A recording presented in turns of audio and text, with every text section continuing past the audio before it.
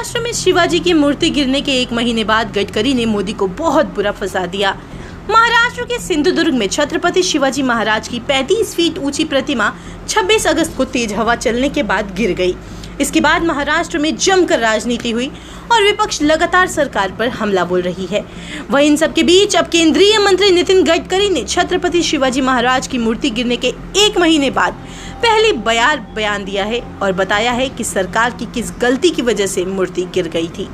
दरअसल केंद्रीय राजमार्ग मंत्री नितिन गडकरी ने कहा कि सिंधुदुर्ग में शिवाजी महाराज की प्रतिमा बनाने में अगर स्टेनलेस स्टील का इस्तेमाल किया गया होता तो यह नहीं गिरती। उन्होंने समुद्री इलाकों में जंग रोधी उत्पादों के इस्तेमाल की जरूरत पर जोर दिया। फिक्की के एक कार्यक्रम में उन्होंने कहा कि मैं पिछले 3 सालों से इस बात पर जोर दे रहा हूं कि समुद्र के नज़दीक बने पुलों के निर्माण में स्टेनलेस स्टील का इस्तेमाल किया जाना चाहिए। जब मैं मुंबई में 55 फ्लाईओवर के निर्माण का काम कर रहा था तो एक व्यक्ति ने मुझे झांसे में ले लिया। उसने लोहे की छड़ों पर पाउडर कोटिंग लगाई और कहा कि वे जंग रोधी हैं, लेकिन उनमें जंग लग गई।